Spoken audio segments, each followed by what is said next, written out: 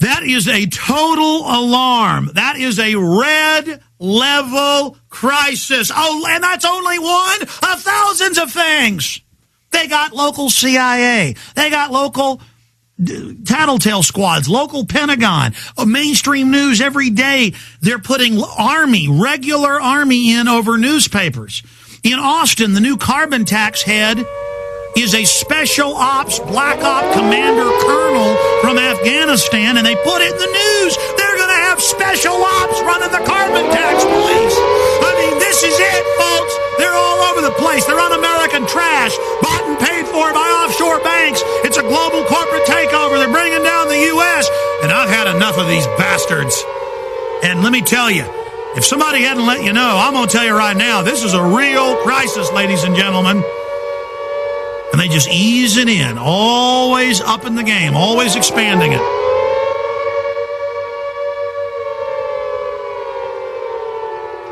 Yannick in Tennessee, finish up your point. Tell us about this demonic creature. Can even tell us the name of the church. I don't care, because I'll say it. If your preacher's telling you, go ahead and take the shot, put it in the Lord's hands, don't have any thought processes, don't be involved, don't warn anybody. I mean, have you asked this creature if he's on FEMA payroll, or if, well, we know, if it's a big chain church or big denomination, we know they're on the payroll, and then they just take orders. I mean, describe what this creature, this Judas goat, this traitor, this demon says and does. I guess he doesn't want me to tell the church, the congregation. Yeah, God forbid. Oh, yeah, because you don't have any free speech in America. It's all secret police now. Now you're like in a little secret police government-run cult where you don't talk to outsiders about what they're... Okay, let's not say the creature's name. Just tell us what he's doing. It's just don't, not really bring corruption to the church, but it's like, let's leave that out because God will take care of it. Or, oh, yeah. It's just don't, hey, what about, don't alarm the people. Don't scare the people. We can't live by fear, and it's just. I was wondering, how would I go about? I guess because I didn't have any paper or anything to show the people. Like, how would I go about? Ask him why God gave us spinal cords. Ask him why all the prophets were imprisoned or killed. Ask him why Jesus was crucified. Ask him why the whole Bible, Old and New Testament, is about being tested and standing against tyranny. Why were they put in the lion's den? They should have just counted on God and followed their orders. Why were they put in the furnace? Why was Paul put in prison? Why did they crucify? I mean, the whole Bible's about being a watchman, protecting the little ones, standing up for widows and orphans, Jesus going in and whipping the money changers. I mean, this guy is a devil.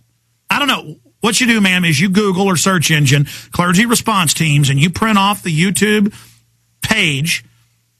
And, in fact, put it up on screen for me right now, guys. I want to give her the exact headline off that YouTube page. Bring that to them. Put clergy response teams, Infowars.com in, print our articles about it, and go to Kinko's, bring in 100 copies of that, give it to the whole church, and if he wants to kick you out, that's fine. But you don't put up with that. You're not in a cult. And let me tell you, that's what the government's turning all these churches into, government-worshiping devil cults. My God. They had this big cult leader, Pastor Hagee, write a book. He's since withdrawn it, saying Jesus wasn't the Messiah. Now, even if you're not a Christian, the issue is everybody knows in the Christian faith he's the Messiah. He called him basically an evil rebel. I mean, that's how warped these churches are, ma'am. And if your preacher starts telling you Jesus isn't Jesus, he's bad news. Yeah, he says that God doesn't like disobeyers. Like if you pay taxes, you're not supposed to. He's the word. You're not supposed to fight against because God doesn't like disobeyers. Yeah, so the founding fathers were bad, and fighting Hitler was bad. So basically, we should be born as jellyfish and just float around in the sea of corruption, and never question government in any way. And the founding fathers were basically evil. Look, so he uses Romans 13, Hitler's favorite quote, on you? No, he hadn't used that yet, because he wouldn't give me the chance to talk and explain myself. He's just telling me everything's okay. Everything's okay, just give me your money. I mean, is this a Baptist church? What is this? No, it's a Christian church. It's here in Knoxville. Stay there in Knoxville.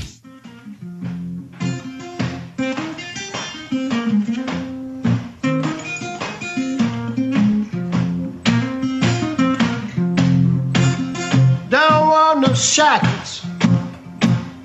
Don't want no shackles on me. Don't want no shackles. Don't want no shackles on me. You know what I'm doing during the breaks here? I'm on different radio shows doing little 3-4 minute plugs exposing the swine flu as a fraud. I'm fighting these bastards as hard as I can. All right, ma'am, I start hyperventilating at just the treason of these slime bag, oily, limp-wristed, weak, I don't want to call it effeminate, but, you know, it's like men that act like women. It's not putting women down. It's that it's not womanly. It's like it's disgusting. They're always the same with their little tie pins, little glitter bugs up there pimping around, and they're worldly. They love the flesh. They love power. They just want to keep their whorehouse going. They just want to keep getting your money, keep suppressing you. They've been told by those that run the higher level church, you know, just keep the slaves in line. You can keep sucking their money. And they are total pimps of the government. So, I mean, is this a part of a larger chain of churches, or is this a standalone pimp game? It's a standalone church. But what I'm really worried about is the people there, because once the pastor says something, it's like the news. Once the news says something, everyone believes. And it's just so hard to wake the people up. They don't know about false prophets? Get the passages about false prophets that won't warn the people and lead them to destruction. Look, I would go in there with a bunch of printouts and things, and I would educate people and make him kick you out of the church. But, I mean, that's a worthless church to be at. How many people are there being mind-numbed by this glitter bug? Well, it's 2 services, so it's probably about maybe 150, 200. Yeah.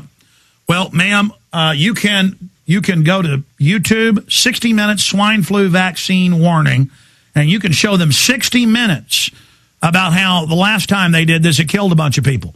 And, of course, that's the whole plan. You can also print off Gardasil killing people and say, no. Ma'am, I appreciate your call. It's good to hear from you. I'm out of control today. It's just I can't handle it anymore.